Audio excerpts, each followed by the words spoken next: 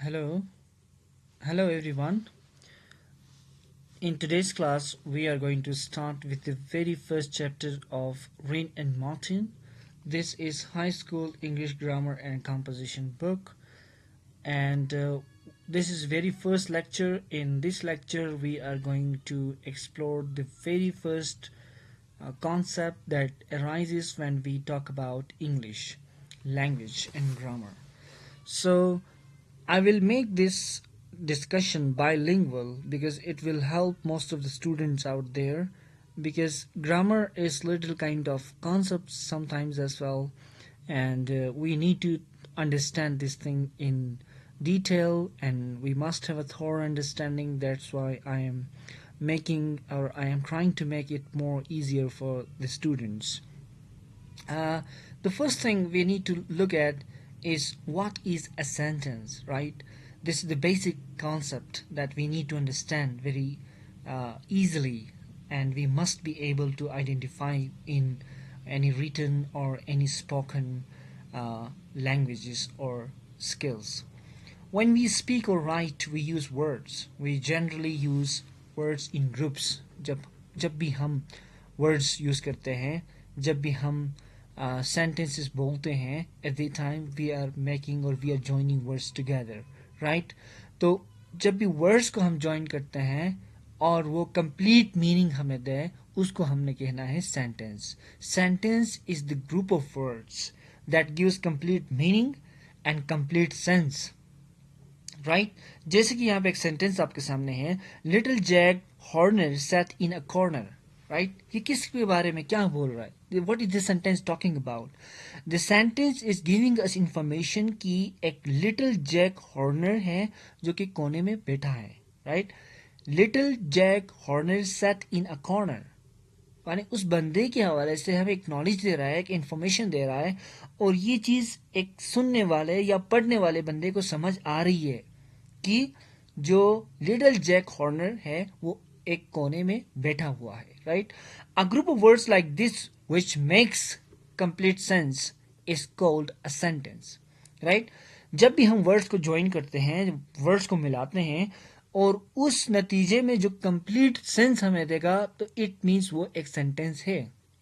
Sometimes हम words को join करते हैं, वर्ड्स ग्रुप में भी आते हैं, लेकिन वो कोई सेंटेंस नहीं दे रहे हैं.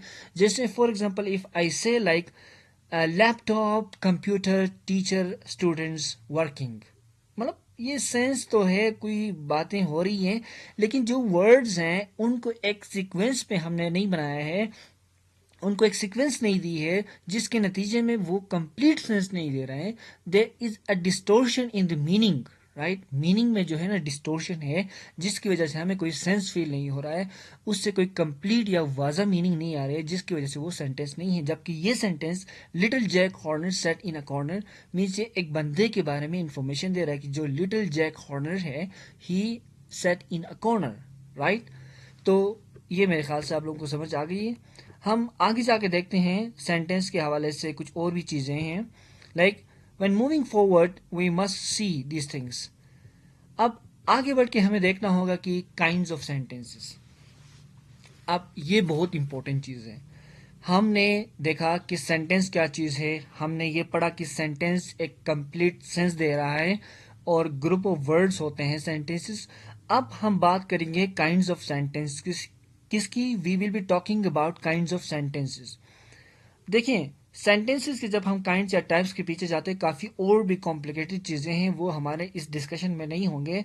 हम एक ही काइंड्स की डिस्कस करते हैं, और ये है ऑन द बेसिस. हमने ये सेंटेंस की डिवीजन जो की है, ये ऑन द बेसिस या ऑन द नेचर, किस किस्म का या किस मीनिंग के हवाले से है, on the basis of their meaning या function, right?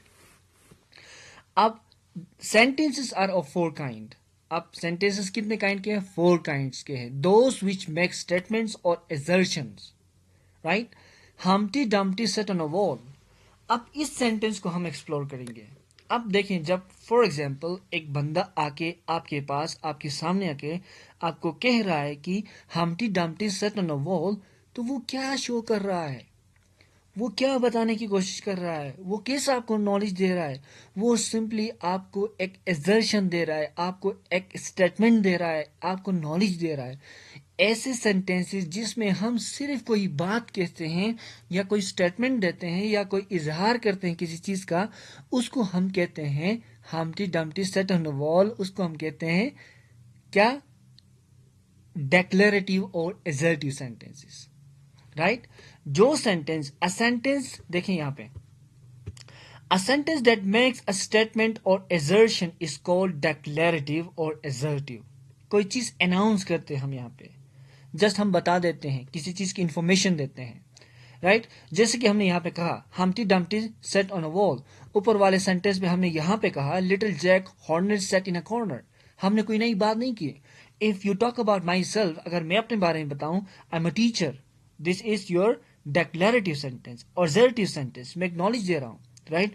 I live in Gilgit, so this is what? Acknowledge दे रहा हूं। मैं कहां पे रह रहा हूं? मैं गिलगित में रह रहा हूं। तो ये जस्ट एक स्टेटमेंट है, एजर्शन है, right? I live with my parents, तो ये क्या है? एक नॉलेज है, एक स्टेटमेंट है।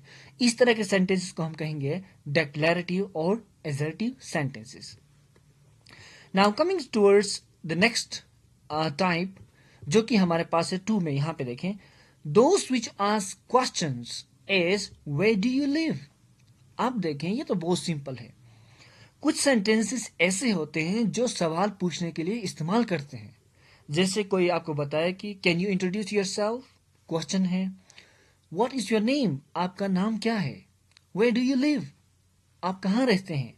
How come you speak English, आप इंग्लिश कैसे बोलते हैं। Why have you join this class, आपने ये क्लास ज्वाइन क्यों की है।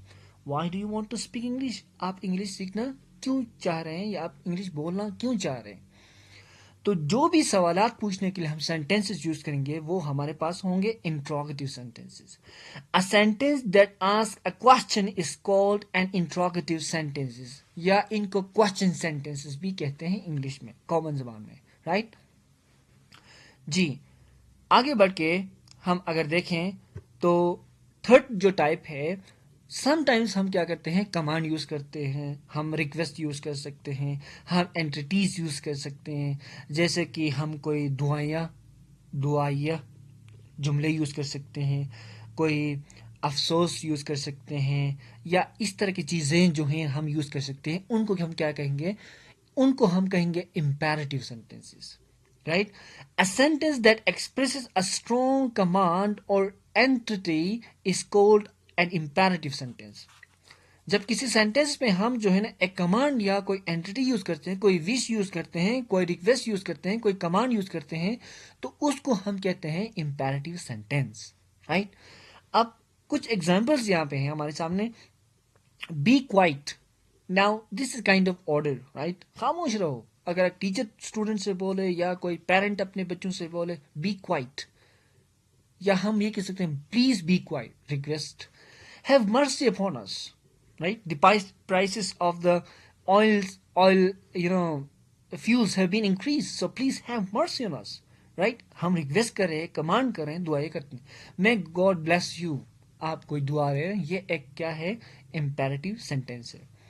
और लास्ट हमारे पास जो है वो है स्ट्रॉन्ग फीलिंग्स के हवाले से।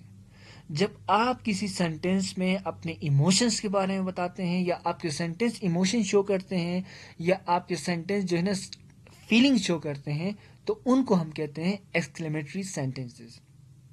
क्या कहते हैं?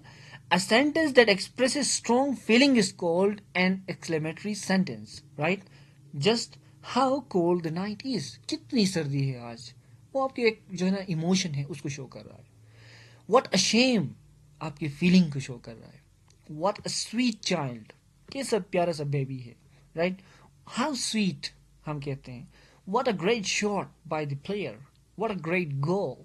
सो इस तरह के सेंटेंसेस को हम एक्सक्लेमेटरी सेंटेंसेस कहते हैं, जिसमें हमारे स्ट्रॉन्ग फीलिंग्स या इमोशंस होते हैं, राइट?